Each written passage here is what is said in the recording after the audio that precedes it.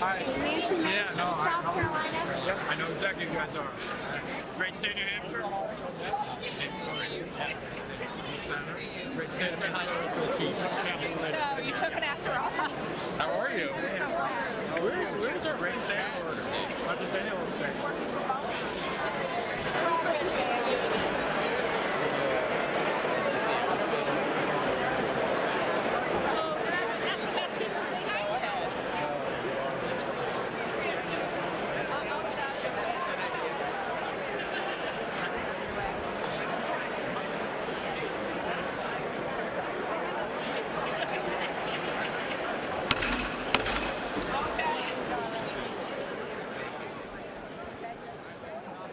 The joint session will come to order. The chair appoints as members of the committee on the part of the House to escort the President of the United States into the chamber: the gentleman from Louisiana, Mr. Scalise; the gentleman from Minnesota, Mr. Emmer; the gentlewoman from New York, Mrs. Stefanik; the gentleman from North Carolina, Mr. Hudson; the gentleman from Alabama, Mr. Palmer; the gentleman from Louisiana, Mr. Johnson; the gentlewoman from Oregon, Mrs. Chavez DeRemer; the gentlewoman from Virginia, Mrs. Kiggins; the gentleman from New York, Mr. Jeffries; the gentlewoman from Massachusetts, Ms. Clark; the gentleman from California, Mr. Aguilar; the gentleman from California, Mr. Liu; the gentlewoman from Washington, Del Bene; the gentleman from South Carolina, Mr. Clyburn; the gentleman from Colorado, Mr. Neguse; and the gentlewoman from California, Mrs. Chu.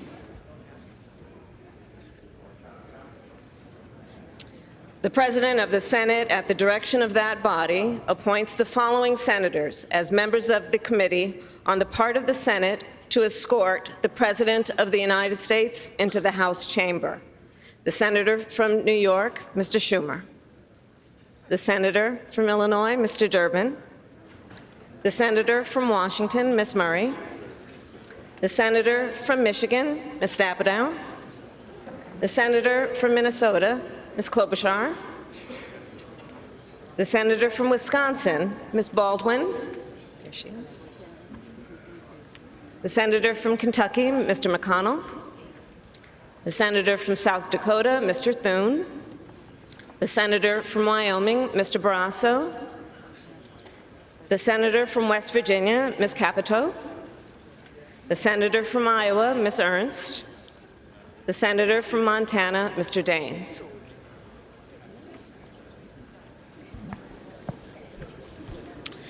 The members of the escort committee will exit the chamber through the lobby doors.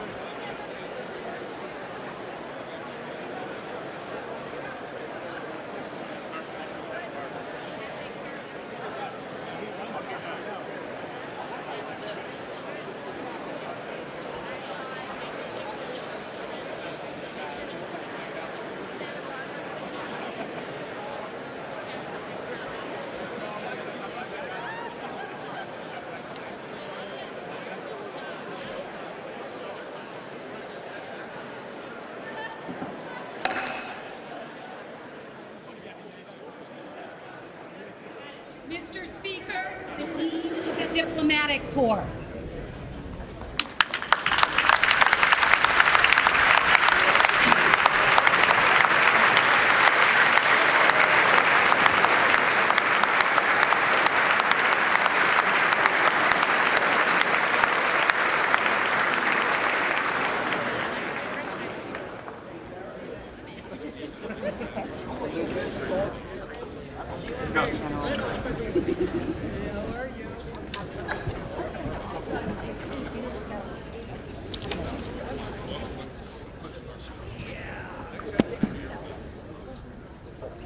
Right there. Make some space.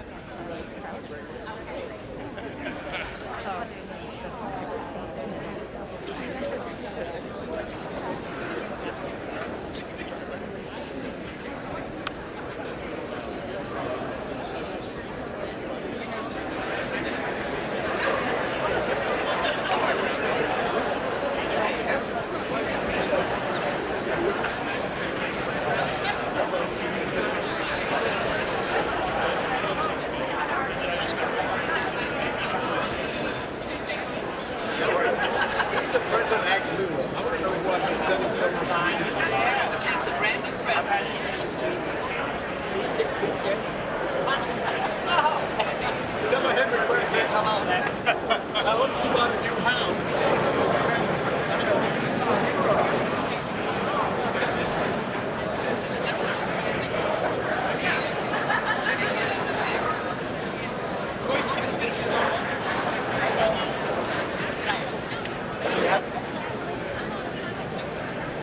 How's Matt Gates doing?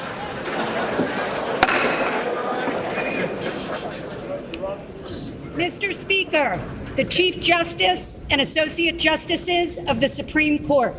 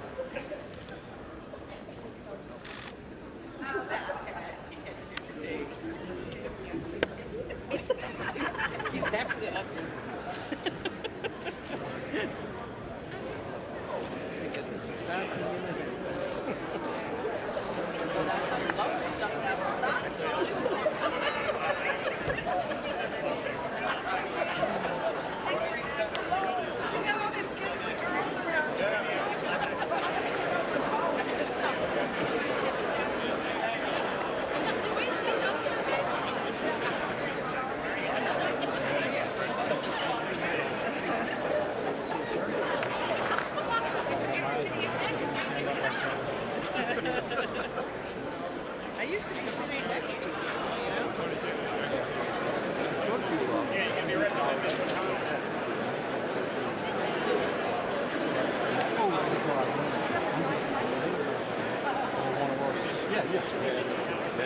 I usually want to avoid.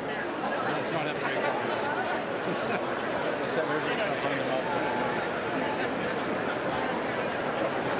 It's a good idea.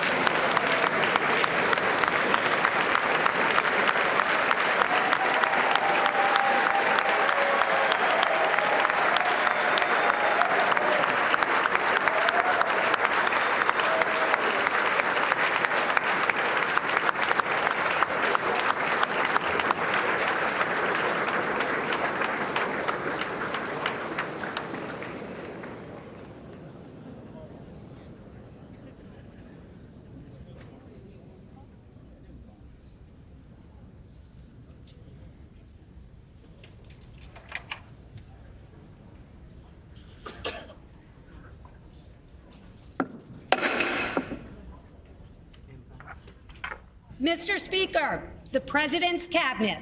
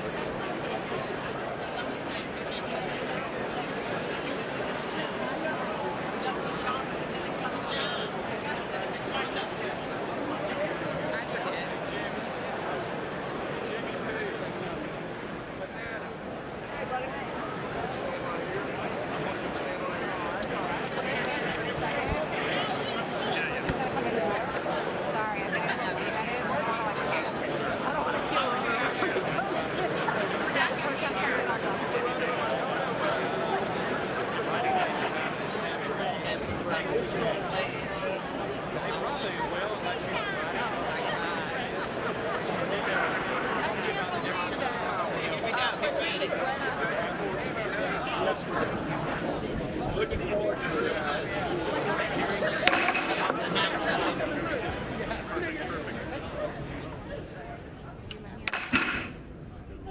Mr. Speaker, the President of the United States.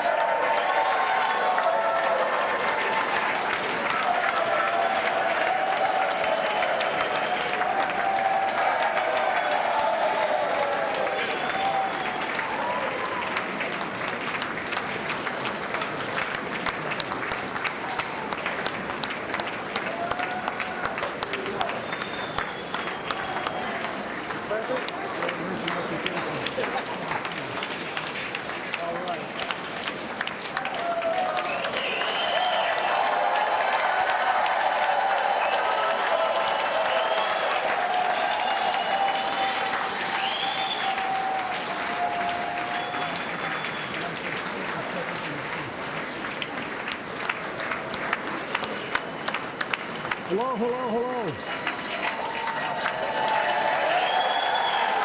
Thank you. Thank you, thank you, thank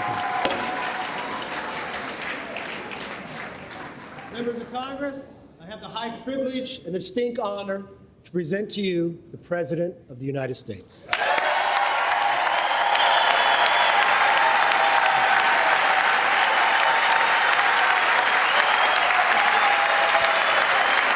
Mr. Speaker. Thank you. You can smile. It's okay. Thank you, thank you, thank you. Thank you. Please.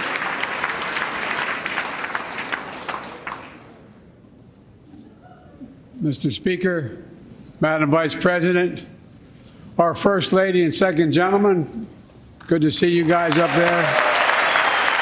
Members of Congress.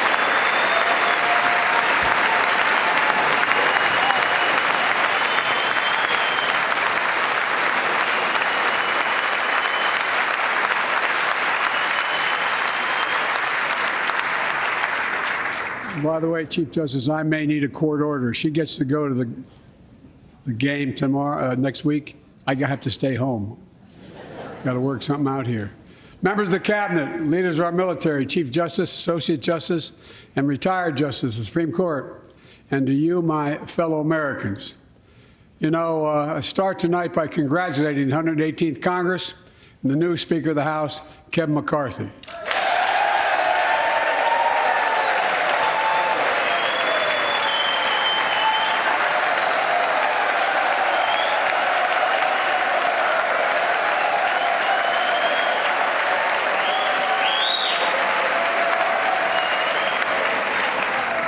Speaker, I don't want to ruin your reputation, but I look forward to working with you. And I want to congratulate the new leader of the House Democrats, the first African-American minority leader in history, Hakeem Jeffries.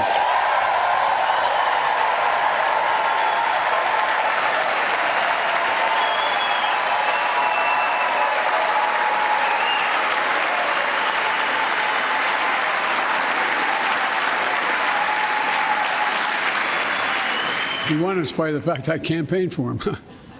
Congratulations to the longest-serving leader in the history of the United States Senate, Mitch McConnell. Where are you, Mitch?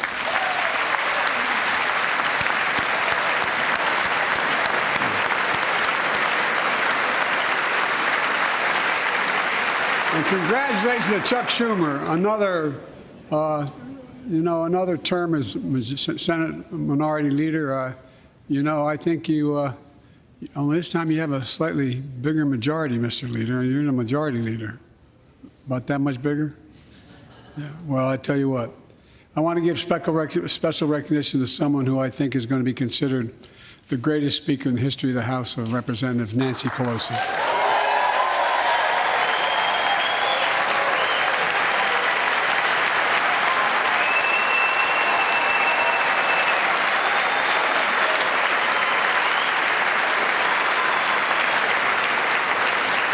Folks, the story of America is a story of progress and resilience, of always moving forward, of never, ever giving up. It's a story unique among all nations. We're the only country that has emerged from every crisis we've ever entered stronger than we got into it. Look, folks, that's what we're doing again. 2 years ago, the economy was reeling. I stand here tonight after we've created, with the help of many people in this room, 12 million new jobs, more jobs created in 2 years than any president's created in 4 years, because of you all, because of the American people. 2 years ago,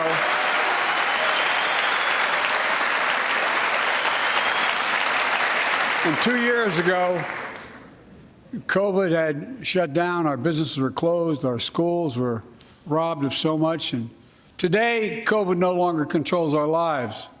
And 2 years ago, democracy faced its greatest threat since the Civil War. And today, though bruised, our democracy remains unbowed and unbroken.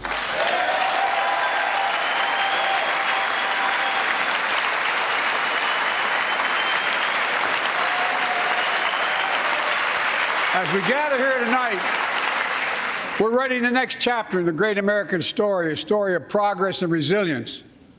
When world leaders ask me to define America, and they do, believe it or not, I can define it in one word, and I mean this: possibilities. We don't think anything is beyond our capacity. Everything is a possibility.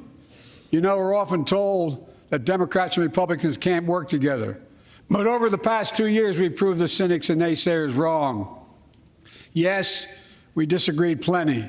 And yes, there were times when Democrats went alone. But time and again, Democrats and Republicans came together to defend a stronger and safer Europe. It came together to pass once in a generation infrastructure law, building bridges connecting our nation and our people. We came together to pass the most significant law ever, helping victims exposed to toxic burn pits. And in fact,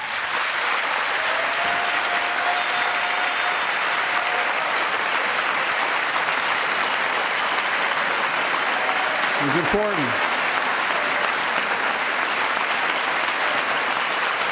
And in fact, I signed over 300 bipartisan pieces of legislation since becoming president, from reauthorizing the Violence Against Women Act, to the Electoral Count Reform Act, the Respect for Marriage Act that protects the right to marry the person you love. And to my Republican friends, if we could work together the last Congress, there's no reason we can't work together and find consensus on important things in this Congress as well. I think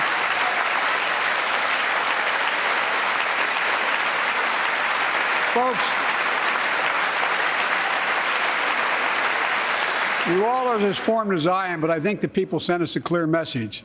Fighting for the sake of fighting, power for the sake of power, conflict for the sake of conflict gets us nowhere. That's always been my vision of our country, and I know it's many of yours. To restore the soul of this nation, to rebuild the backbone of America, America's middle class, and to unite the country.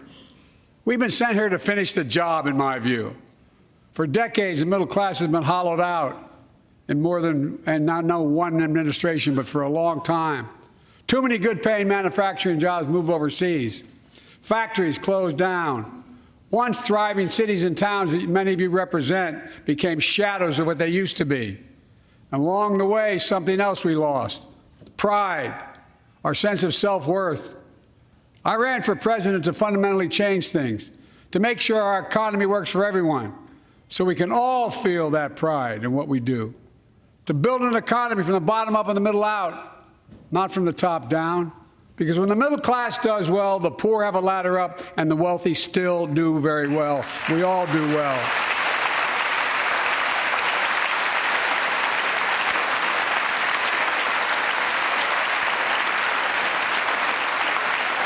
I know a lot of you always kid me for always quoting my dad, but my dad used to say, "Joey, a job's about a lot more than a paycheck." He really would say this. It's about a lot more than a paycheck.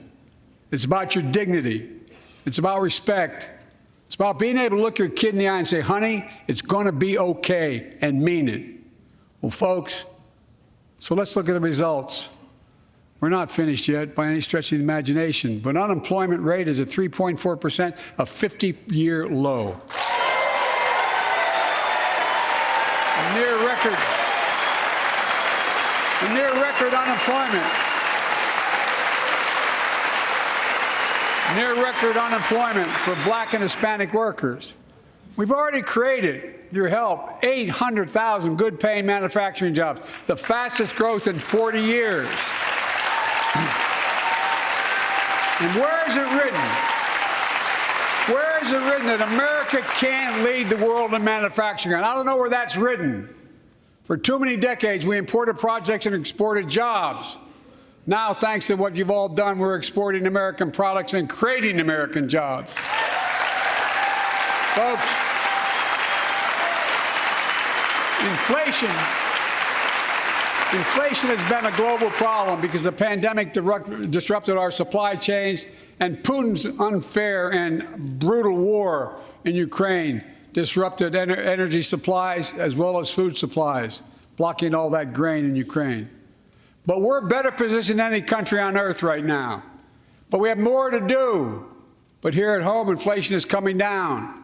Here at home, gas prices are down $1.50 from their peak. Food inflation is coming down, not fast enough, but coming down. Inflation has fallen every month for the last 6 months, while take-home pay has gone up. Additionally, over the last 2 years, a record 10 million Americans applied to start new businesses. 10 million. And by the way, every time someone starts a small business is an act of hope. And Madam Vice President, I want to thank you for leading that effort to ensure that small businesses have access to capital and the historic laws we enacted that are going to just come into being. Standing here last year, I shared with you a story of American genius and possibilities. Semiconductors, small computer chips the size of a fingerprint that power everything from cell phones to automobiles and so much more. These chips were invented in America. Let's get that straight. They were invented in America. We used to make 40% of the world's chips. In the last several decades, we lost our edge. We're down to only producing 10%. We all saw what happened during the pandemic when chip factories shut down overseas. Today's automobiles need 3,000 chips, each of those automobiles. But American automobiles couldn't make enough cars because there weren't enough chips. Car prices went up, people got laid off. So did everything from refrigerators to cell phones. We can never let that happen again. That's why we came together to pass the Bipartisan Chips and Science Act.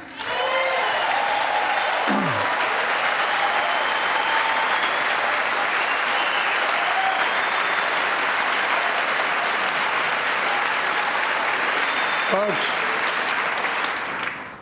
I know I've been criticized for saying this, but I'm not changing my view. We're going to make sure the supply chain for America begins in America. The supply chain begins in America. We've already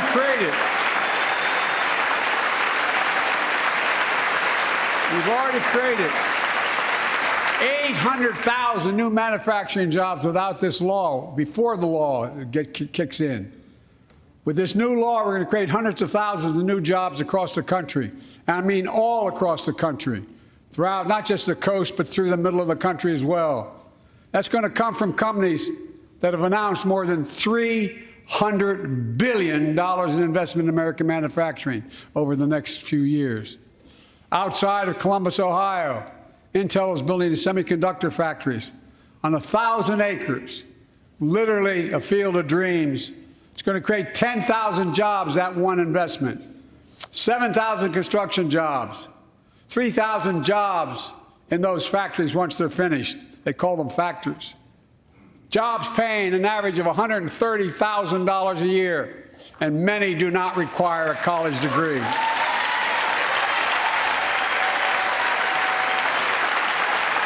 Jobs. Because we work together, these jobs where people don't have to leave home to search for opportunity. And it's just getting started. Think about the new homes, the small businesses, the medium-sized businesses. So much more that's going to be needed to support those 3,000 permanent jobs and the factories that are going to be built. Talk to mayors and governors, Democrats and Republicans, and they'll tell you what this means for their communities. We're seeing these field of dreams transform to the heartland. But to maintain the strongest economy in the world, we need the best infrastructure in the world. And folks, as you all know, we used to be #1 in the world in infrastructure. We've sunk to 13th in the world. The United States of America, 13th in the world in infrastructure, modern infrastructure.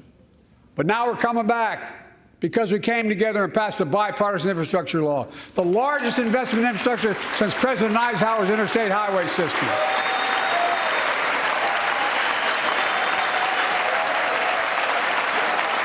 And folks, already we've funded over 20,000 projects, including major airports from Boston to Atlanta to Portland, projects that are going to put thousands of people to work rebuilding our highways, our bridges, our railroads, our tunnels, ports, airports, clean water, high-speed internet, all across America. Urban, rural, tribal. And folks, we're just getting started. We're just getting started. And I mean it sincerely. I want to thank my Republican friends who voted for the law, and my Republican friends who voted against it as well. But I still get asked to fund the projects in those districts as well. But don't worry. I promised I'd be a president for all Americans. We'll fund these projects. And I'll see you at the groundbreaking. Look, this law will further unite all of America. Projects like Brent Spence Bridge in Kentucky over the Ohio River, built 60 years ago, badly needed repairs, one of the nation's most congested freight routes, carrying $2 billion worth of freight every single day across the Ohio River.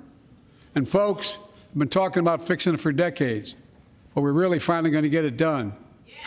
I went there last month with Democrats and Republicans and from both states to deliver a commitment of $1.6 billion for this project. And while I was there, I met a young woman named Sarah, who's here tonight. I don't know where Sarah is. Is she up in the box? I don't know. Sarah, how are you? Well, Sarah, for 30 years,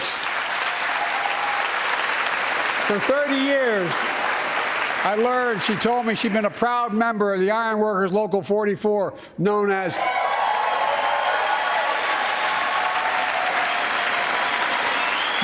the Cowboys in the Sky. The folks who built Cincinnati's skyline. Sarah said she can't wait to be 10 stories above the Ohio River building that new bridge. God bless her. That's pride. And that's what we're also building. We're building back pride. Look, we're also replacing poisonous lead pipes that go into 10 million homes in America, 400,000 school and child care centers. So every child in America can drink the water instead of having permanent damage to their brain. Look, we're making sure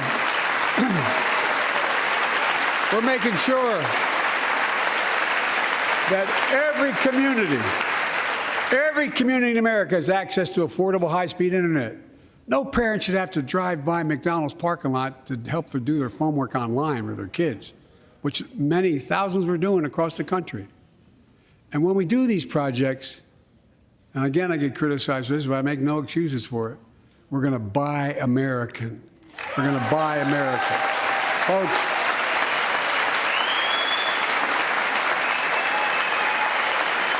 and it's totally consistent with international trade rules.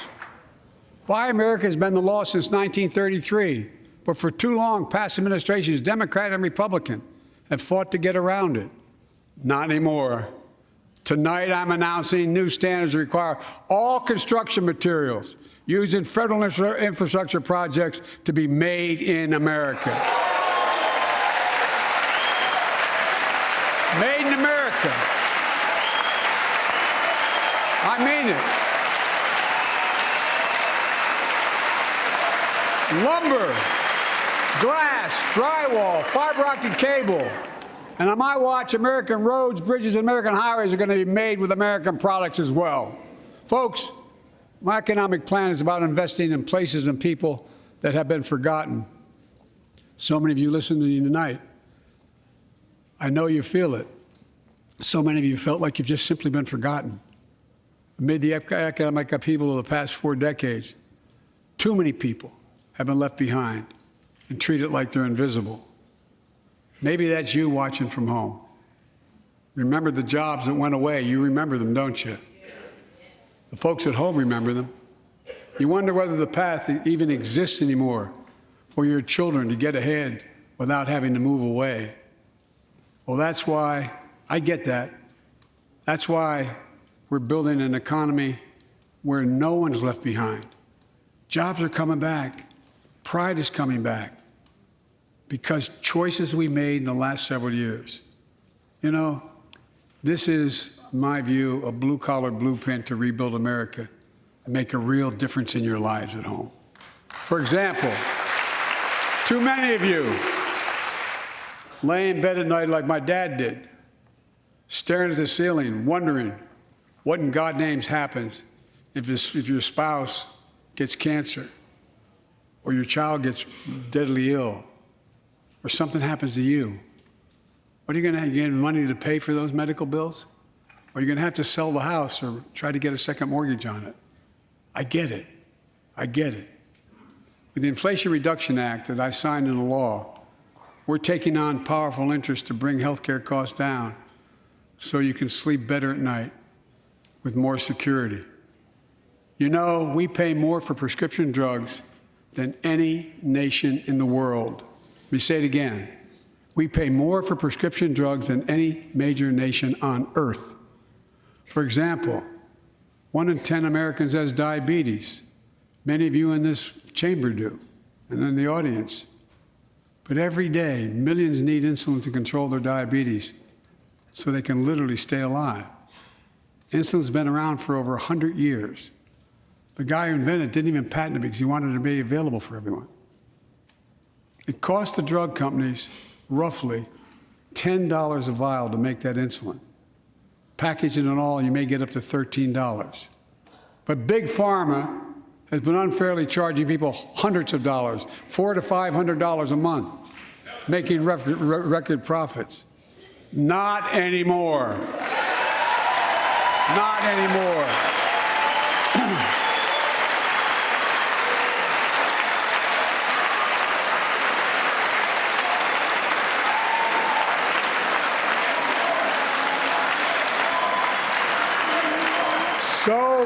So many things that we did are only now coming to fruition. We said we were doing this, and we said we passed the law to do it, but people didn't know because the law didn't take effect until January 1 of this year. We capped the cost of insulin at $35 a month for seniors on Medicare. People are just finding out. I'm sure you're getting the same calls I'm getting. Look, there are millions of other Americans who do not or are not on Medicare, including 200,000 young people with type 1 diabetes who need this insulin to stay alive. Let's finish the job this time. Let's cap the cost of insulin for everybody at $35.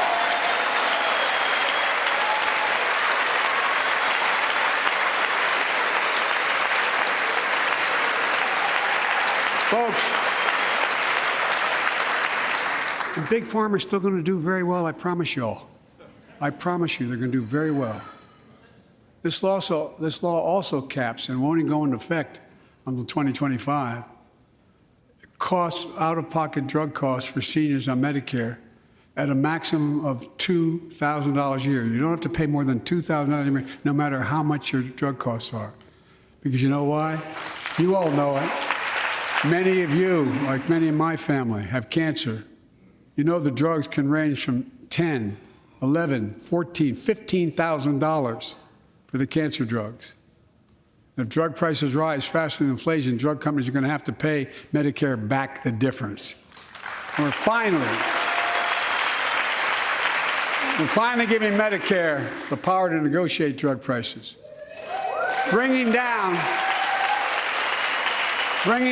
prescription drug costs doesn't just save seniors money, it cuts the federal deficit by billions of dollars, by hundreds of billions of dollars. Because these prescription drugs are drugs purchased by Medicare to keep their commitment to the seniors. Well, guess what? Instead of paying $400 or $500 a month, you're paying $15. That's a lot of savings for the federal government. And by the way, why wouldn't we want that? Now, some members here are threatening, and I know it's not an official party position, so I'm going to exaggerate, but threatening to repeal the Inflation Reduction Act. As my coach That's okay. That's fair. As my football coach used to say, lots of luck in your senior year. Make no mistake, if you try anything to raise the cost of producing jobs, I will veto it. Look, I'm pleased to say that more Americans have health insurance now than ever in history. A record 16 million people are enrolled in the Affordable Care Act. And thanks to the law I signed last year, saving millions are saving $800 a year on their premiums. And by the way, that law was written and the benefit expires in 2025. So my plea to some of you, at least in this audience, let's finish the job and make these savings permanent.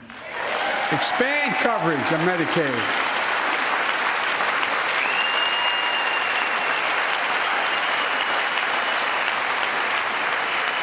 Look, the Inflation Reduction Act is also the most significant investment ever in climate change. Ever. Lowering utility bills, creating American jobs, leading the world to a clean energy future. I visited the devastating aftermath of record floods, droughts, storms, and wildfires from Arizona to Mexico to all the way up to the Canadian border. More timber has been burned, as I've observed from helicopters, than the entire state of Missouri. And we don't have global warming? Not a problem. In addition to emergency recovery, from Puerto Rico to Florida to Idaho, we're rebuilding for the long term. New electric grids that are able to weather major storms and not prevent those forest fires. Roads and water systems withstand the next big flood. Clean energy to cut pollution and create jobs in communities often left behind. We're going to build 500,000 electric vehicle charging stations installed across the country by tens of thousands of IBEW workers. And we're helping families save more than $1,000 a year with tax credits to purchase electric vehicles and efficient appliances, energy-efficient appliances. Historic conservation efforts to be responsible stewards of our land. Let's face reality. The climate crisis doesn't care if you're in a red or blue state. It's an existential threat. We have an obligation, not to ourselves, but to our children and grandchildren, to confront it. I'm proud of how America, at last, is stepping up to the challenge. We're still going to need oil and gas for a while. But guess what? No, we do. But there's so much more to do. We got to finish the job. And we pay for these investments in our future by finally making the wealthiest and biggest corporations begin to pay their fair share. Just begin.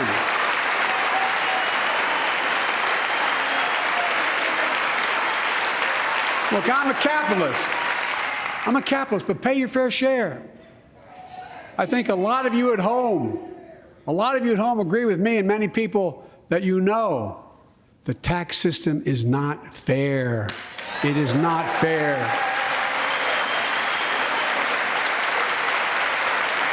Look,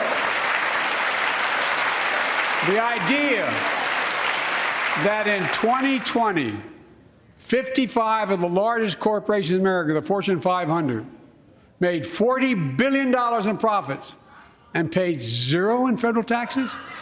Zero? Folks, it's simply not fair. But now, because of the law I signed, billion-dollar companies have to pay a minimum of 15%. God love them. 15%. That's less than a nurse pays.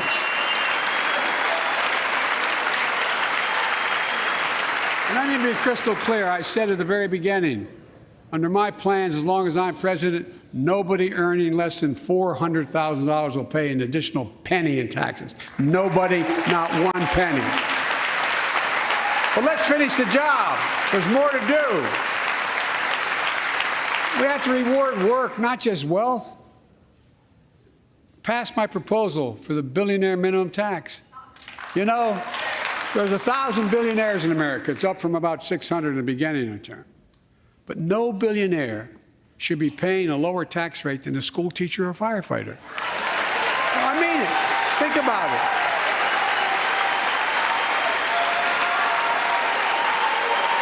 I mean, look.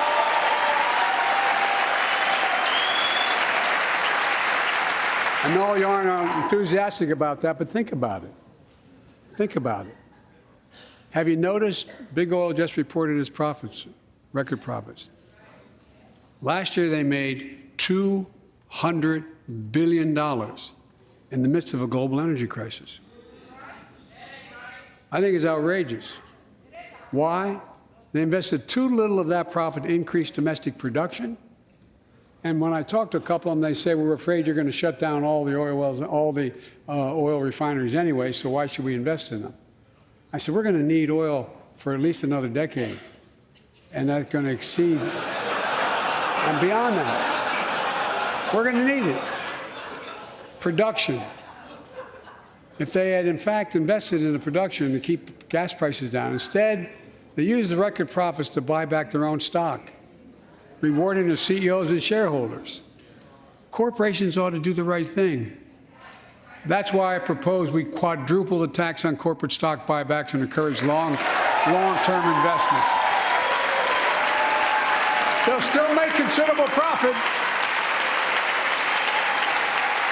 Let's finish the job and close the loopholes that allow very wealthy to avoid paying their taxes. Instead of cutting the number of audits for wealthy taxpayers, I just signed a law to reduce the deficit by $114 billion by cracking down on wealthy tax cheats. That's being fiscally responsible.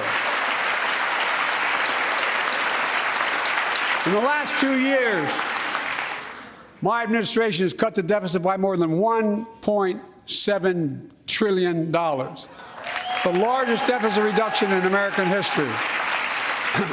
Under the previous administration, the American deficit went up 4 years in a row. Because those record deficits, no president added more to the national debt in any 4 years than my predecessor. Nearly 25% of the entire national debt that took over 200 years to accumulate was added by just one administration alone, the last one. They're the facts. Check it out. Check it out. How did Congress respond to that debt? They did the right thing. They lifted the debt ceiling 3 times without preconditions or crisis.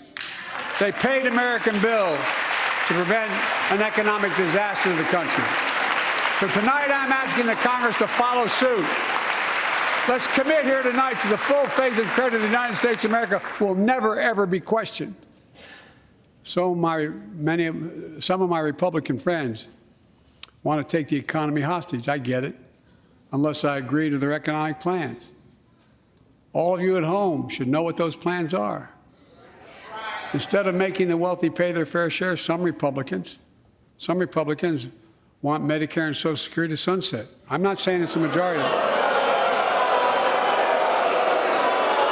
Let me give you, anybody who doubts it, contact my office. I'll give you a copy. I'll give you a copy of the proposal. That means Congress doesn't vote. Well, I'm glad to see you. No, I tell you, I enjoy conversion.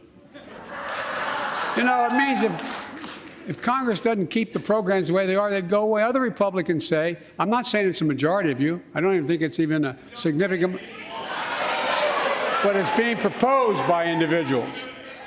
I'm not politely not naming them, but it's being proposed by some of you.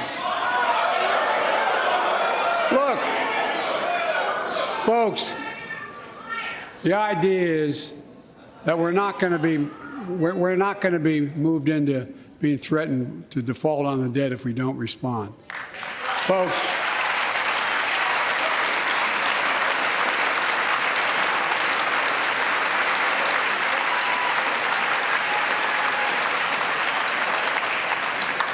Folks, as we all apparently agree, Social Security and Medicare is off the books now, right? They're not to be sponsored. All right.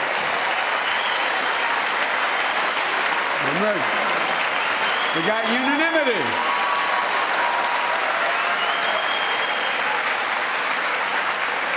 Social Security and Medicare are a lifeline for millions of seniors. Americans have to pay into them from the very first paycheck they started.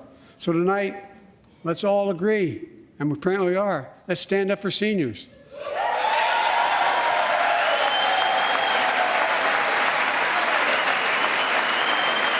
Stand up and show them. We will not cut Social Security. We will not cut Medicare. Those benefits belong to the American people. They earned it. And if anyone tries to cut Social Security, which apparently no one's going to do, and if anyone tries to cut Medicare, I'll stop them. I'll veto it. And look, I'm not going to allow them to be taken away. Not today, not tomorrow, not ever. But apparently it's not going to be a problem. Next month, when I offer my fiscal plan, I ask my Republican friends to lay down their plan as well. I really mean it. Let's sit down together and discuss our mutual plans together. Let's do that.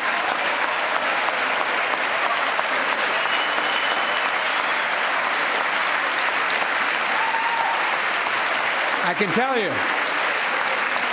the plan I'm going to show you is going to cut the deficit by another $2 trillion. And it won't cut a single bit of Medicare or Social Security. In fact, we're going to extend the Medicare Trust Fund at least 2 decades, because that's going to be the next argument. How do we keep it solvent, right? Well, we'll not raise tax on anyone making under 400 grand, but we'll pay for it the way we talked about tonight, by making sure that the wealthy and big corporations pay their fair share. Look. Here's the deal. They aren't just taking advantage of the tax code. They're taking advantage of you, the American consumer. Here's my message to all of you out there. I have your back. We're already preventing Americans from receiving surprise medical bills, stopping $1 billion surprise bills per month so far. We're protecting seniors' life savings by cracking down on nursing homes that commit fraud, endanger patient safety, prescribe drugs that are not needed. Millions of Americans can now save thousands of dollars because they can finally get a hearing aid over the counter without a prescription. Look, capitalism without competition is not capitalism. It's extortion. It's exploitation. Last year, I cracked down with the help of many of you on foreign shipping companies that were making you pay higher prices for every good coming into the country. I signed a bipartisan bill that cut shipping costs by 90%, helping American farmers, businessmen, and consumers. Let's finish the job. Pass the bipartisan legislation to strengthen antitrust enforcement and prevent big online platforms from giving their own products an unfair advantage.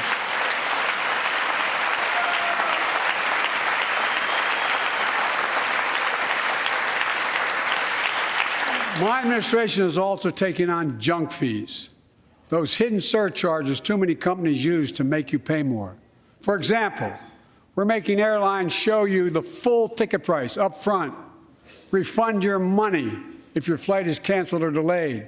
We've reduced exorbitant bank overdrafts by saving consumers more than $1 billion a year.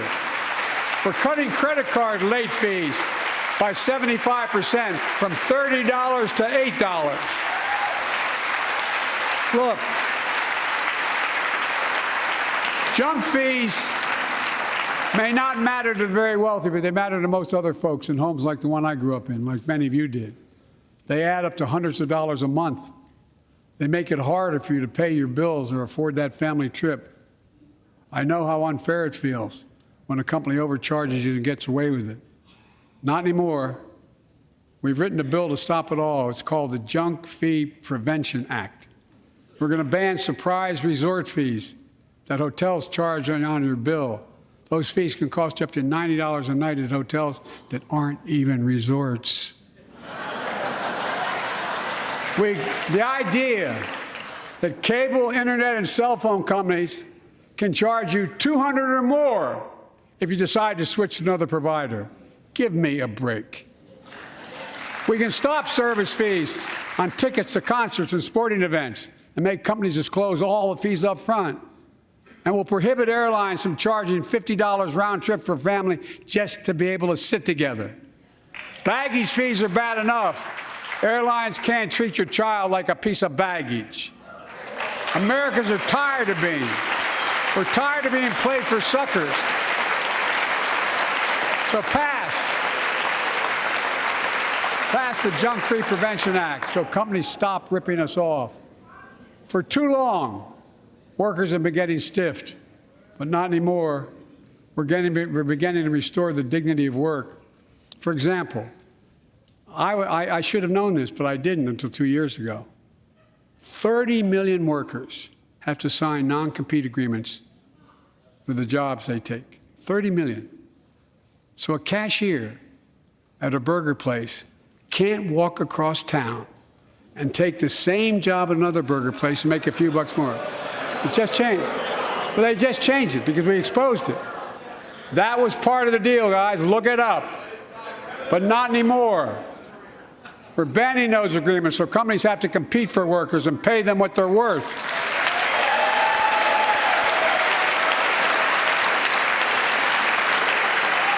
And I must tell you,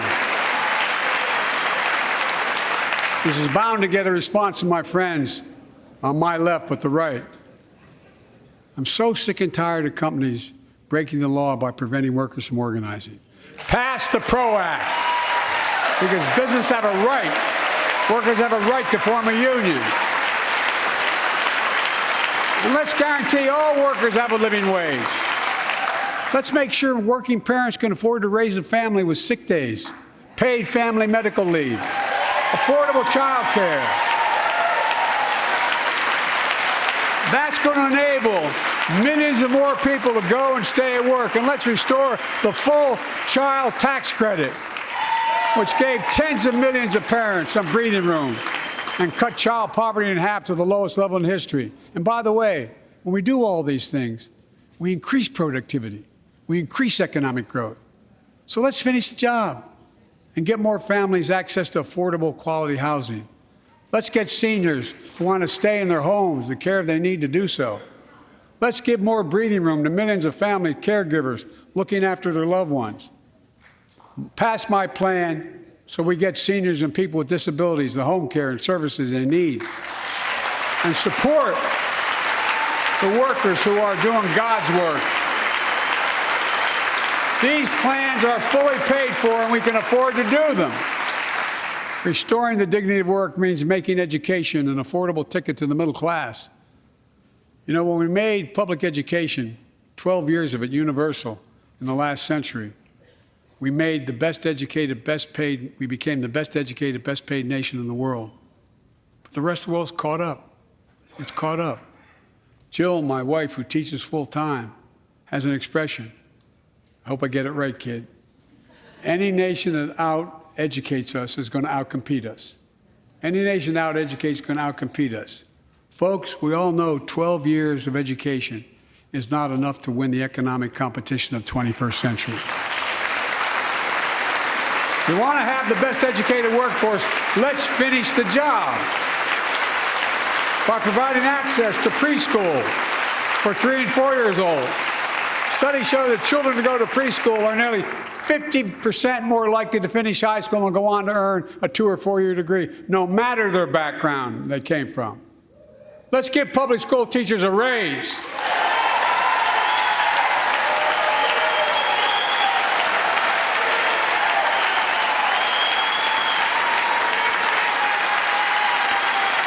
We're making progress by reducing student debt, increasing Pell Grants for working and middle-class families.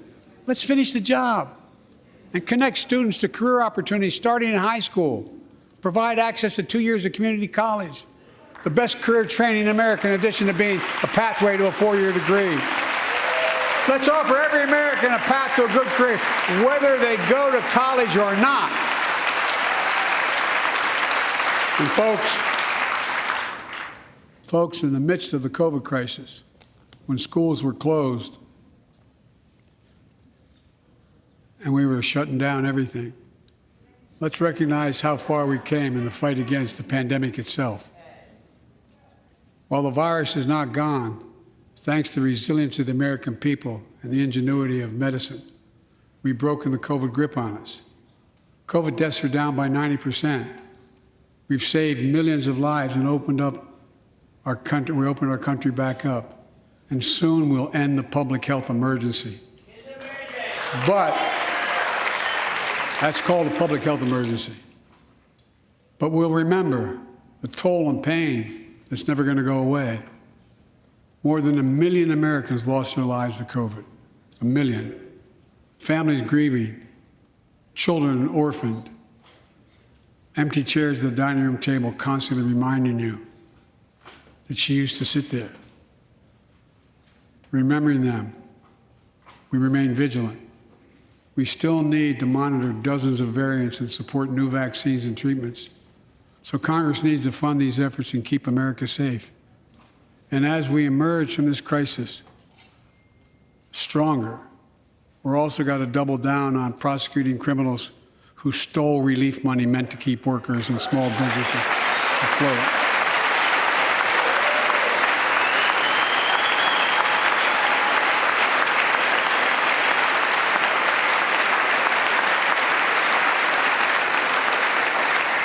Before I came to office, you remember, during that campaign, the big issue was about inspector generals who would protect taxpayers' dollars who were sidelined.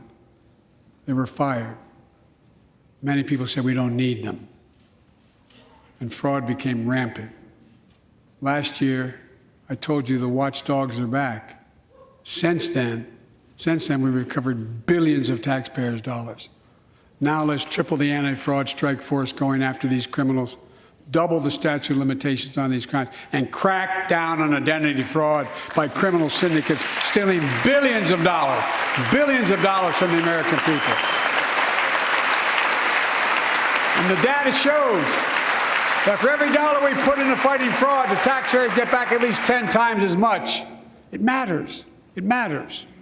Look, COVID left its scars, like the spike in violent crime in 2020, the first year of the pandemic. We have an obligation to make sure all people are safe. Public safety depends on public trust, as all of us know.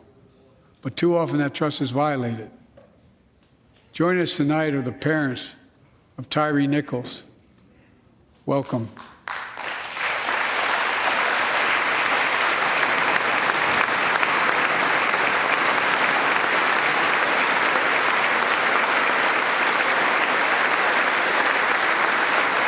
We had to bury Tyree last week. As many of you personally know, there's no words to describe the heartache or grief of losing a child. But imagine if you lost that child at the hands of the law.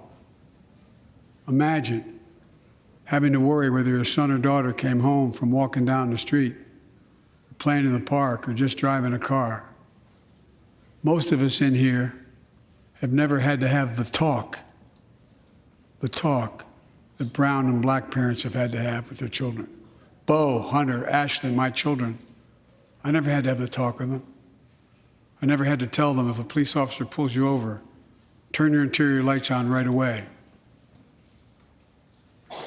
Don't reach for your license. Keep your hands on the steering wheel. Imagine having to worry like that every single time your kid got in a car. Here's what Tyree's mother shared with me when I spoke to her. When I asked her how she finds the courage to carry on and speak out. With the faith of God, she said her son was, quote, a beautiful soul, and something good will come of this. Imagine how much courage and care that takes. It's up to us, to all of us. We all want the same thing. Neighborhoods free of violence. Law enforcement who earns the community's trust.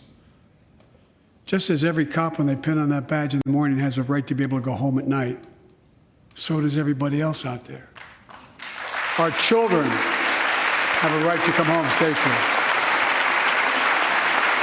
Equal protection under the law is a covenant we have with each other in America. We know police officers put their lives on the line every single night and day. And we know we ask them in many cases to do too much, to be counselors, social workers, psychologists, responding to drug overdoses, mental health crises, and so much more. In one sense, we ask much too much of them. I know most cops and their families are good, decent, honorable people, the vast majority. But they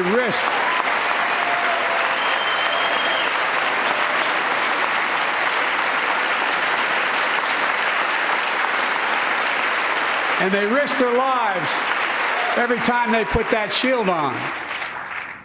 But what happened to Tyree in Memphis happens too often. We have to do better. Give law enforcement the real training they need.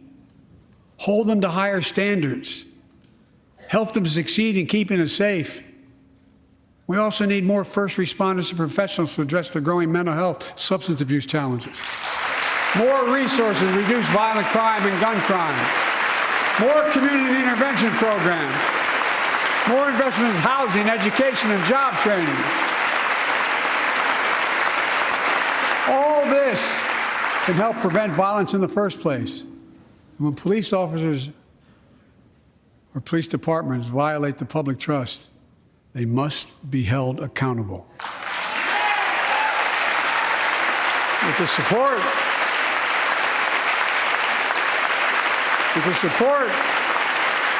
of the families of victims, civil rights groups, and law enforcement, I signed an executive order for all federal officers, banning chokeholds, restricting no-knock warrants, and other key elements of the George Floyd Act. Let's commit ourselves to make the words of Tyler's mom true. Something good must come from this. Something good. And all of us,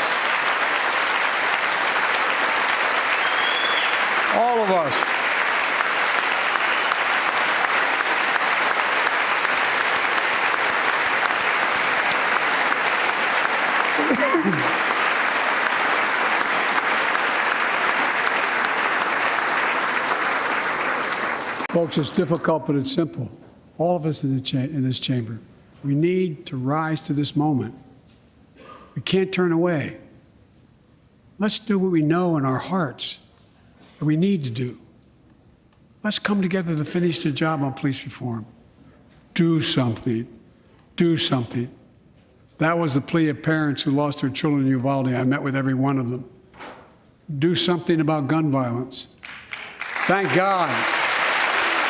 Thank God we did. Passing the most sweeping gun safety law in 3 decades.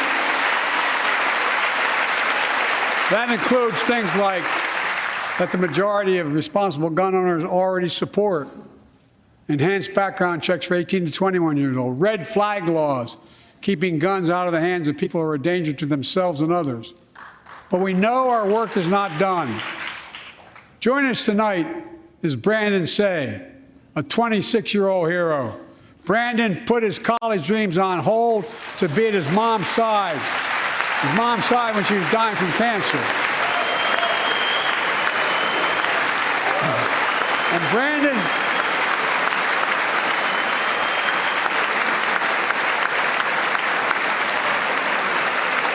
now works at the dance studio started by his grandparents. And 2 weeks ago, during the Lunar New Year celebrations, he heard the studio door close, and he saw a man standing there pointing a semi-automatic pistol at him. He thought he was going to die, but he thought about the people inside. And in that instant, he found the courage to act and wrestled a semi-automatic pistol away from the gunman who had already killed 11 people in another dance studio. 11. He saved lives. It's time we do the same. Ban assault weapons now. Ban them now. Once and for all.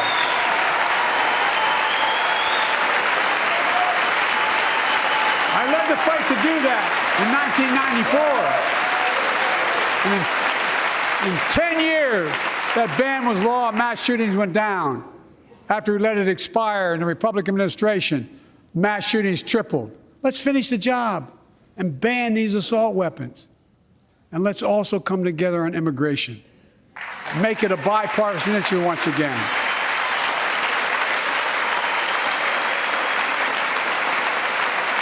We know we now have a record number of personnel working to secure the border. arresting 8,000 human smugglers, seizing over 23,000 pounds of fentanyl in just the last several months. We've launched a new border plan last month. Unlawful migration from Cuba, Haiti, Nicaragua, and Venezuela has come down 97% as a consequence of that. But American border problems won't be fixed until Congress acts. If we don't pass my comprehensive immigration reform, at least pass my plan to provide the equipment and officers to secure the border.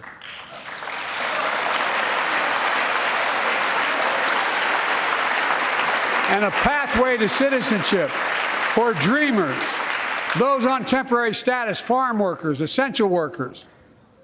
Here in the People's House, it's our duty to protect all the people's rights and freedoms.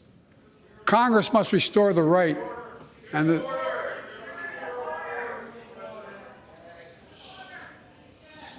Congress must restore the right that was taken away in Roe v. Wade and protect Roe v. Wade.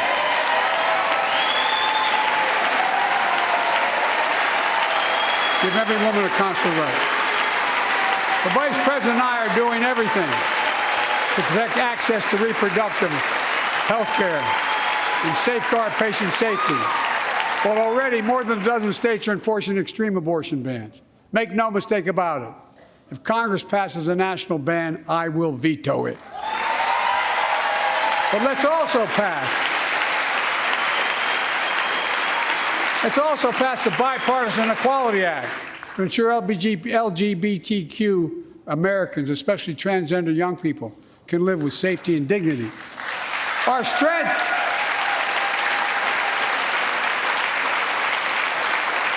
is not just the example of our power, but the power of our example. Let's remember the world's watching.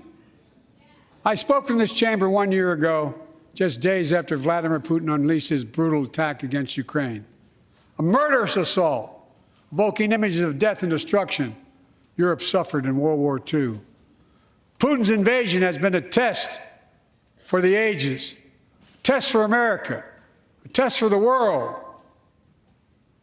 Would we stand for the most basic of principles? Would we stand for sovereignty?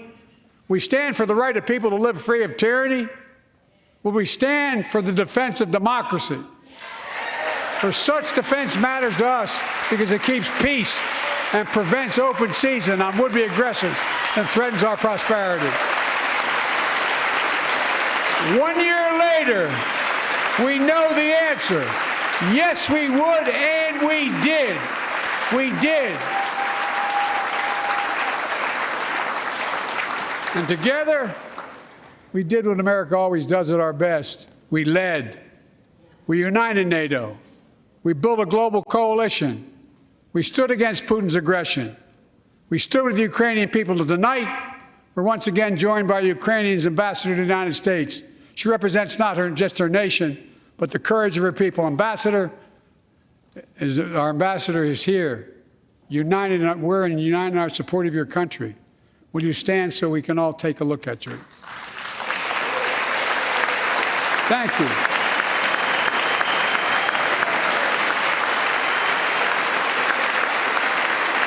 Because we're going to stand with you as long as it takes.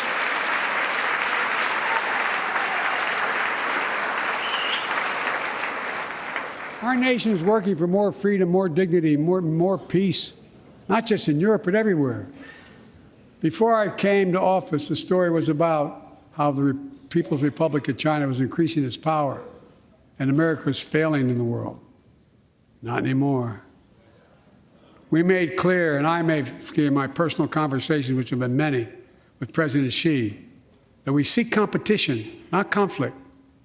But I will make no apologies that we're investing to make America stronger, investing in American innovation and industries that will define the future that China intends to be dominating, investing in our alliances and working with our allies to protect advanced technologies so they will not be used against us, modernizing our military to safeguard stability and deter aggression. Today, we're in the strongest position in decades to compete with China or anyone else in the world. Anyone else in the world.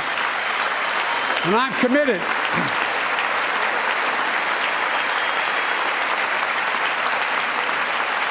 I'm committed to work with China where we can advance American interests and benefit the world. But make no mistake about it. As we made clear last week, if China threatens our sovereignty, we will act to protect our country, and we did.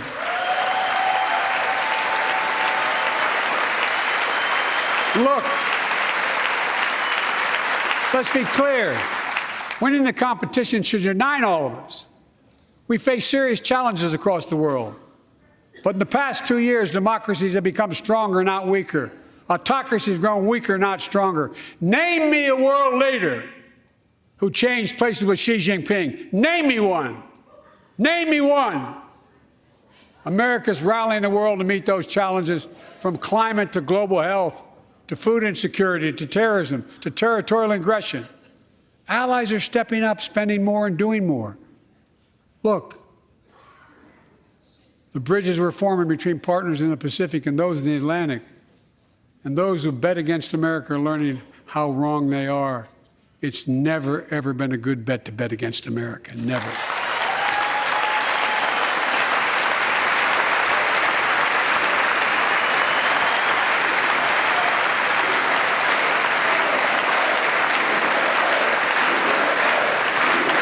Well,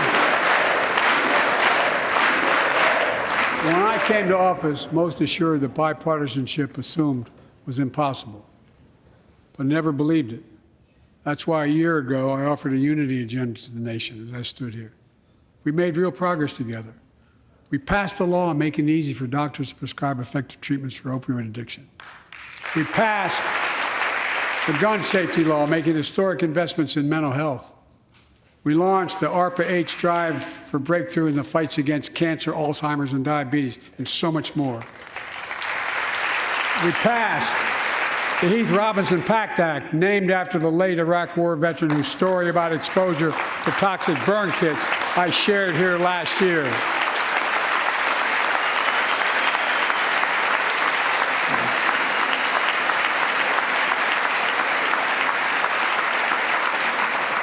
I understand something about those burn pits, but there's so much more to do. We can do it together.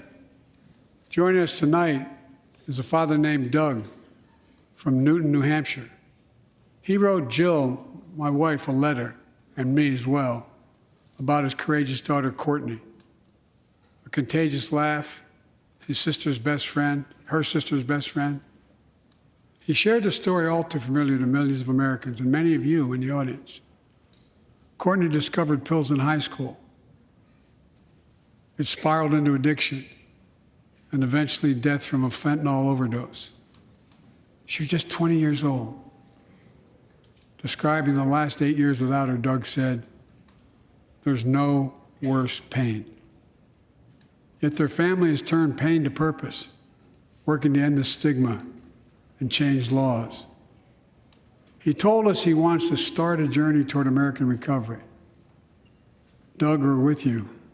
Fentanyl is killing more than 70,000 Americans a year.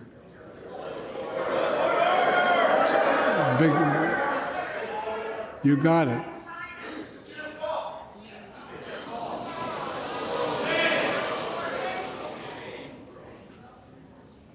So let's launch a major surge to stop fentanyl production and the sale and trafficking, with more drug detection machines, inspection cargo, stop pills and powder at the border. Working with couriers like FedEx to inspect more packages for drugs. Strong penalties to crack down on fentanyl trafficking. Second, let's do more on mental health, especially for our children. When millions of young people are struggling with bullying, violence, trauma, we give them greater access to mental health care at their schools. We must finally hold social media companies accountable for experimenting they're doing running children for profit. It's time to pass bipartisan legislation to stop big tech from collecting personal data on our kids and teenagers online, ban targeted advertising to children, and impose stricter limits on the personal data that companies collect on all of us. Third, let's do more to keep this nation's ones truly sacred obligation to equip those we send into harm's way and care for them and their families when they come home. Job training, job placement for veterans and their spouses as they come to return to civilian life. Helping veterans afford the rent, because no one should be homeless in America, especially someone who served the country.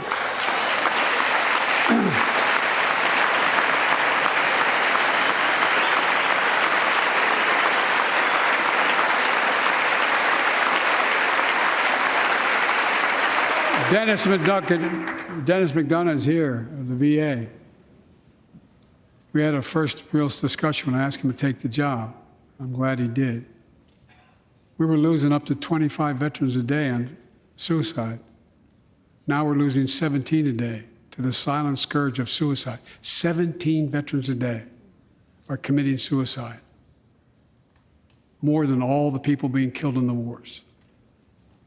Folks, VA is doing everything it can, including expanding mental health screening, proven programs that recruits veterans to help other veterans understand what they're going through, get them the help they need.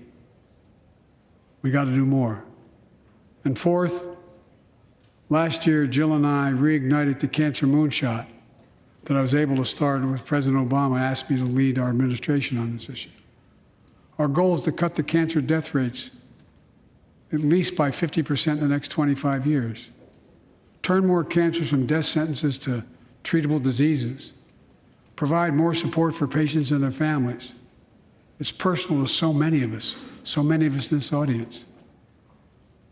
Joining us are Morris and Candice, an Irishman and the daughter of immigrants from Panama. They met and fell in love in New York City and got married in the same chapel Jill and I got married in New York City. Kindred spirits. He wrote us a letter about his little daughter, Ava, and I saw her just before I came over. She was just a year old when she was diagnosed with rare kidney disease, cancer. After 26 blood transfusions, 11 rounds of radiation, 8 rounds of chemo, 1 kidney removed, giving a 5% survival rate. He wrote how in the darkest moments he thought, if she goes, I can't stay. Many of you have been through that as well. Jill and I understand that like so many of you. And he read Jill's book describing our family's cancer journey and how we tried to steal moments of joy where we could with Bo. For them, that glimmer of joy was the half smile of their baby girl. It meant everything to them. They never gave up hope. Little Ava never gave up hope. She turns 4 next month. They just found out Ava's beating the odds, is on her way to being cured of cancer. And she's watching from the White House tonight if she's not asleep already. For the lives we can save,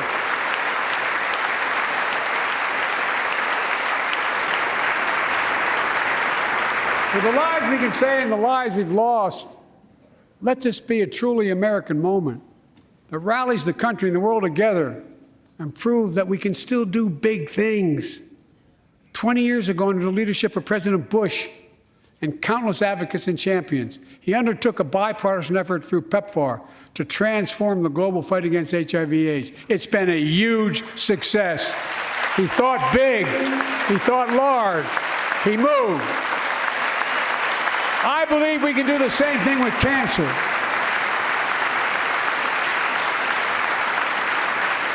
Let's end cancer as we know it. Cure some cancers once and for all. Folks, there's one reason why we've been able to do all of these things. Our democracy itself. It's the most fundamental thing of all. With democracy, everything's possible. Without it, nothing is. For the last few years, our democracy has been threatened and attacked, put at risk, put to the test in this very room on January the 6th. And then just a few months ago, an unhinged big lie, assailed and unleashed a political violence, the home of the then Speaker of the House of Representatives, using the very same language the insurrectionists used as they stalked these halls and chanted on January 6th. Here tonight in this chamber is a man who bears the scars of that brutal attack, but is as tough and as strong and as resilient as they get. My friend Paul Pelosi. Paul, stand up.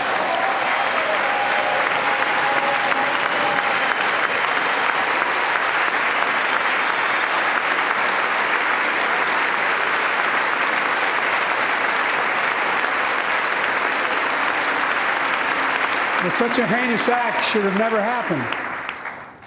We must all speak out. There's no place for political violence in America.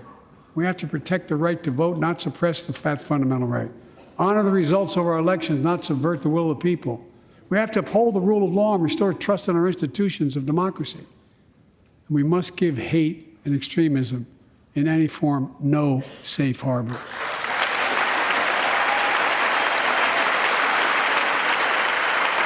Democracy must not be a partisan issue. It's an American issue.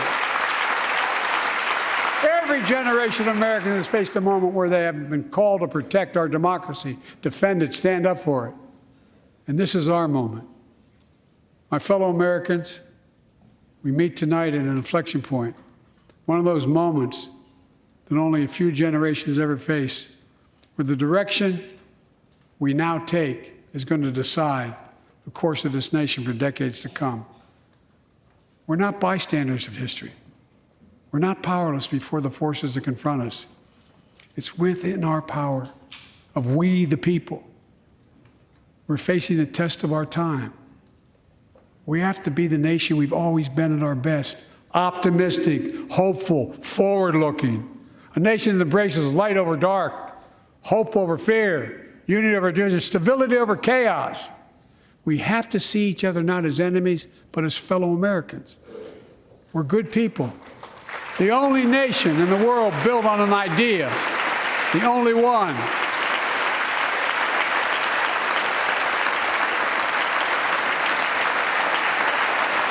Other nations are defined by geography, ethnicity, but we're the only nation based on an idea that all of us, every one of us, is created equal in the image of God. A nation that stands as a beacon to the world. A nation in a new age of possibilities. So I've come to fulfill my constitutional obligation to report in the State of the Union. And here's my report.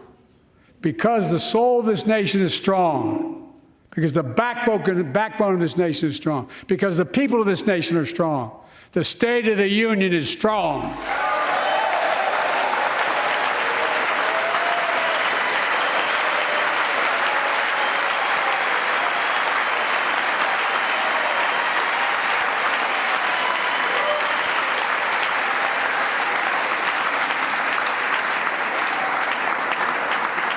I'm not new to this place.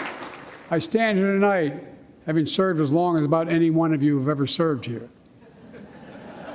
But I've never been more optimistic about our future, about the future of America. We just have to remember who we are. We're the United States of America, and there's nothing beyond our capacity if we do it together. God bless you all, and may God protect our troops. Thank you.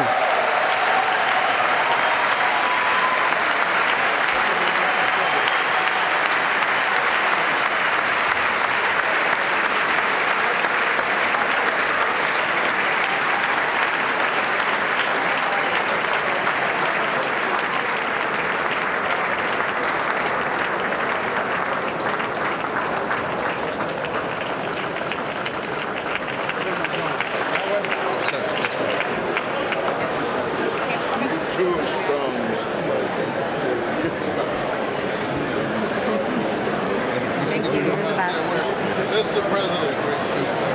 Thank you. It's absolutely amazing. You know the guy took care of my son, Bo?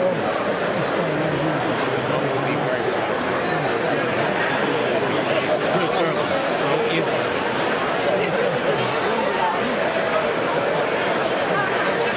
Hey, Big John. Good job, Mr. President. I told you I'll pay 4-year against him. Never helped him. Look,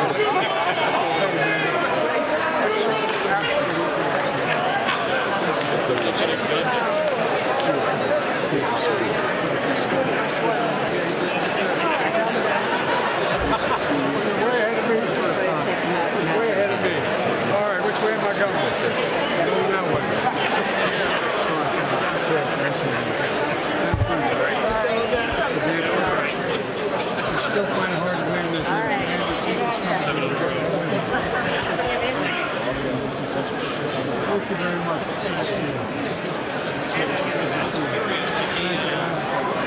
Aren't those stars heavy?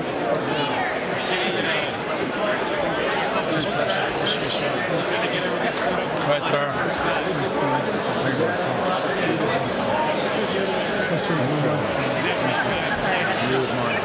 How are you? Good job tonight. Bob, I got to talk to you about Cuba. Okay. I'm serious. Good job. Spaceman. Well, I know that. I tell you, he's going to have to take some of that grass off to get to space. It's too heavy.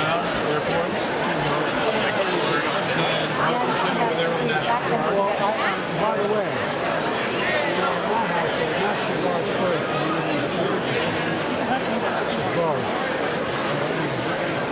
Mr. President, that was awesome! Thank you. That was awesome!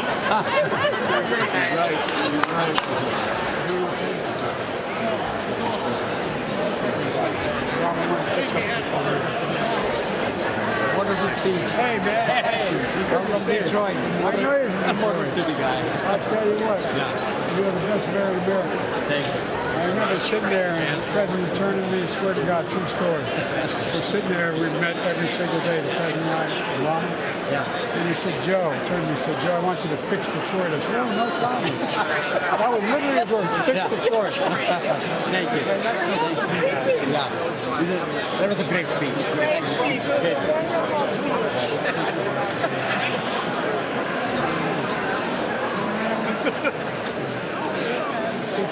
God bless you, Mr. President. Looks like he can still play, doesn't he? You okay? Looks like he can still play. Let me know. He's got guns as big as my thigh. Joe, we love you. Memphis needs everything it can get. I know. We got problems. I know you do. I've been talking to you. Wonderful. Great speech. Sorry. Sorry you guys had to sit there. I apologize. Nice to see you, Mr. President.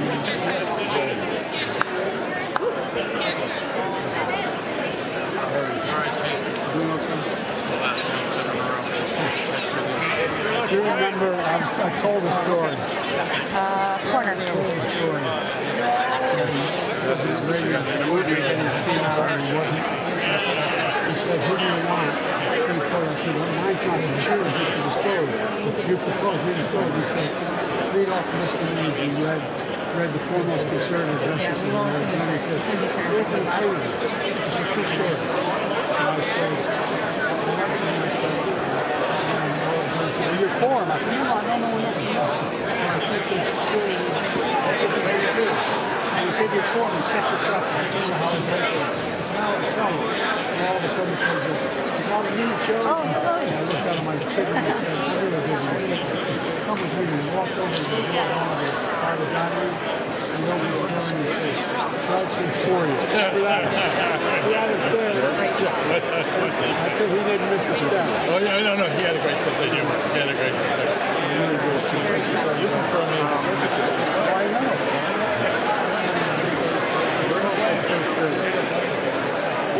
Serious, Mr. President, thank you for your comments on the day. Yeah, that's right. We have to. I've got so many speakers. By the way, you need 54 of those vehicles, executive vehicles. We got 15 that don't fund it. Thank you, Pat.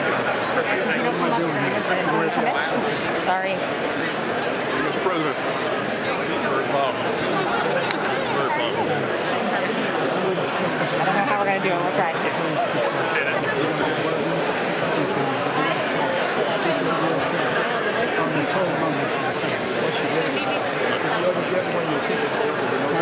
the left hand closest to the heart. You're blessed. Thank you so much. Good. You enjoyed Singapore? Yeah. And then you said, yep. She just said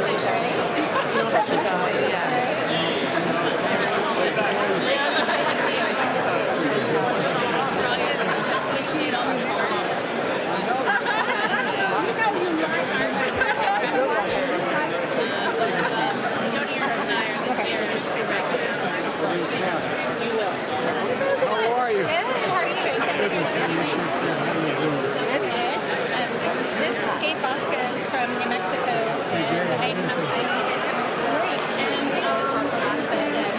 are our newest members. Yes, of course.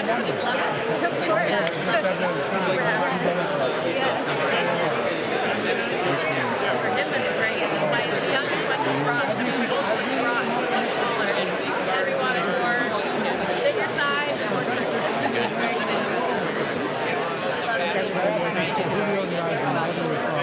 far, so good.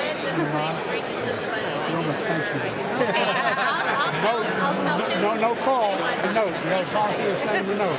Okay. All right. I'll tell him that. She's the first one who got elected to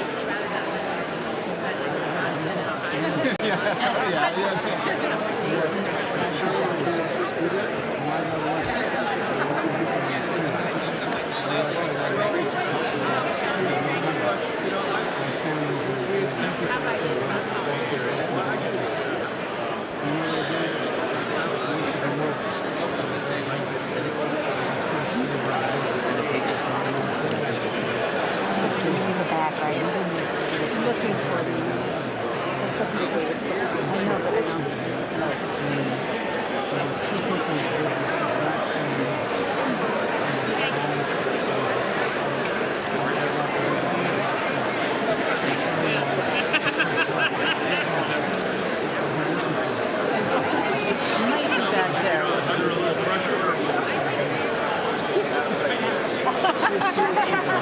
tell the president I'll pick it up. Yeah. This woman has a lot of fun. Let me tell you.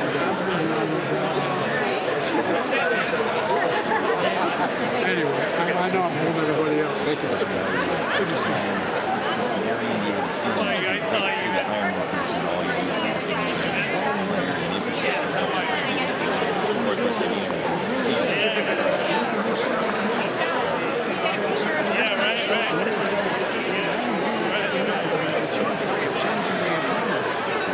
There's a $1 billion project for hydrogen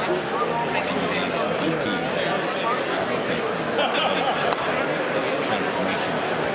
And by the way, just don't tell the guy from West Virginia that. I've got one too. I understand. There's 10. There's 10. It's a pleasure always. You too, sir. Thank you. Wonderful. Good to see you. That's ready to go. By the way, every time I see this guy, I wonder who his haberdasher is. I want to know where he gets his suits.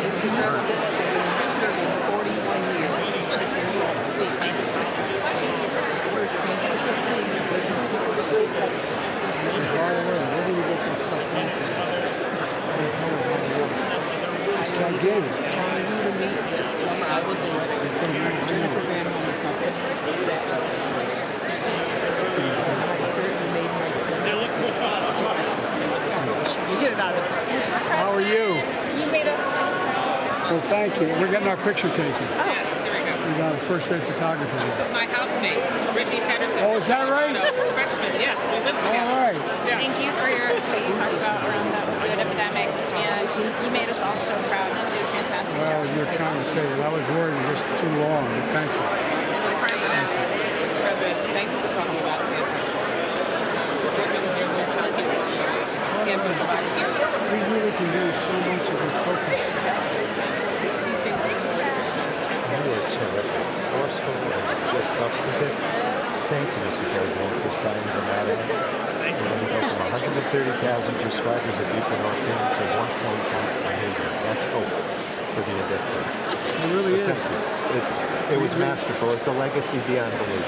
That's because of you. Mr. President, I just have to tell you, you got a bunch of crowds of Republicans want to shake your hand. I want to make sure Long Island, sir. Good to see you. Where in Long Island? East End, Suffolk County, sir.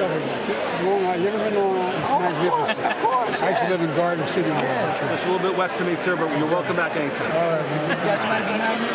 Nope. All good. Okay. I just want to make this point.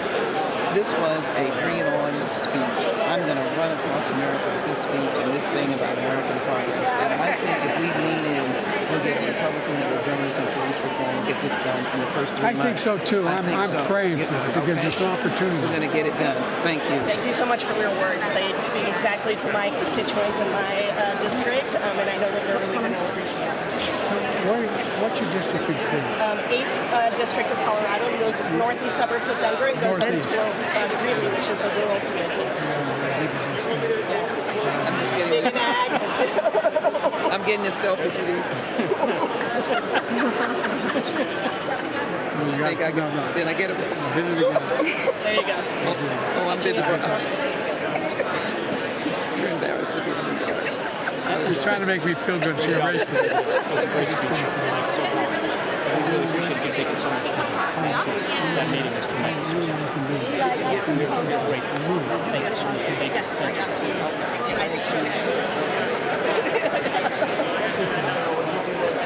You got it. Thank you for raising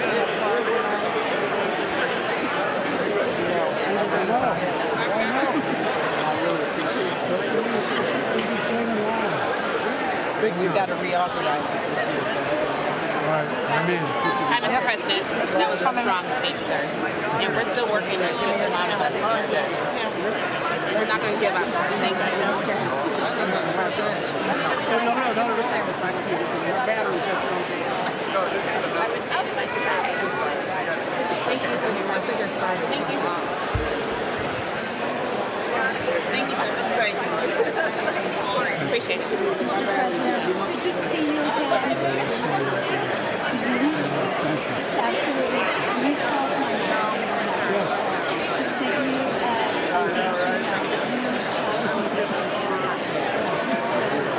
so thank you. Oh, you're good. Flip it around. That's what it is. I know. Can I get a selfie?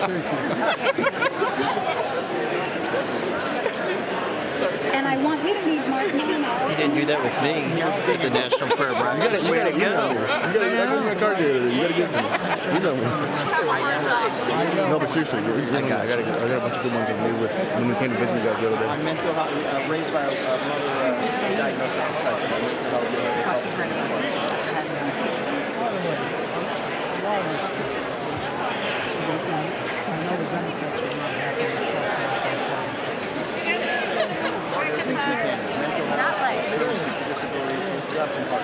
Thank you, Mr. President. Thank you. You're doing a great job. Great job. The freshmen are waiting on you. Thank you. Oh, yeah. We're so excited. You got us fired up. Not shy. And I welcome you to the prayer breakfast. That's right. That was serendipitous occasion. It was fantastic. I'm doing great. We'd love for you to be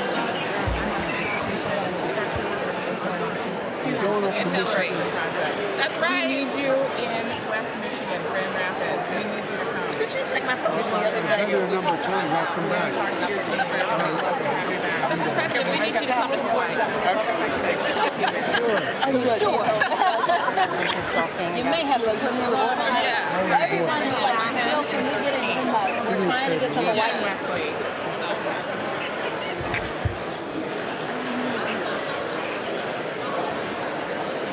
Oh, okay.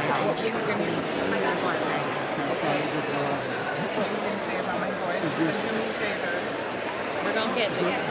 And then as soon as I get this message, then I'm going to flip to you to say This is my 5-month-old son, Hodge. God, I love you.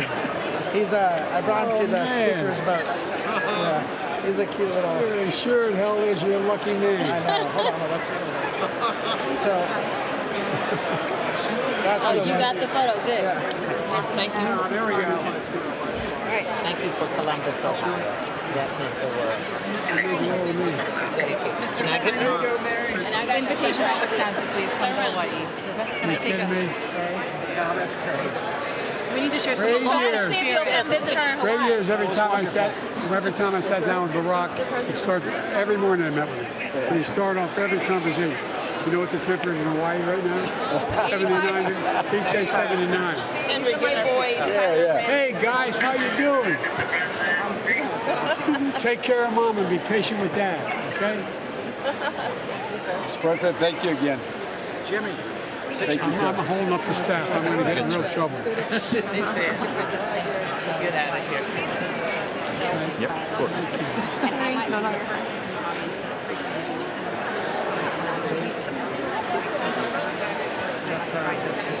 appreciates People are getting angry. They feel like they're being used. So true. So anything I can do to help support that effort, I will. Yes, sir. Anything I can do. Get a number. Good. Thank you, Mr. President.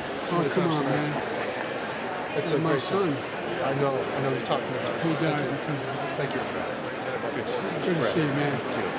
Jimmy Panetta, good to see you. Jimmy. Yeah. And tell Dad to take it easy on you, will you? Well, he got your message, by the way. Oh, did he? Good. No, and I'll let him know to take it easy on you. Mr. President, we're ready to help you finish the job. We're ready to try to finish it. Good to see you, pal. Mr. President, thank you so much. You're great tonight. Thank you. Nice to see you. I stayed out of respect. You know, it's the anniversary and stuff. It's Bo's birthday 2 days ago. I know, that's how we always, they're up there watching. Yep.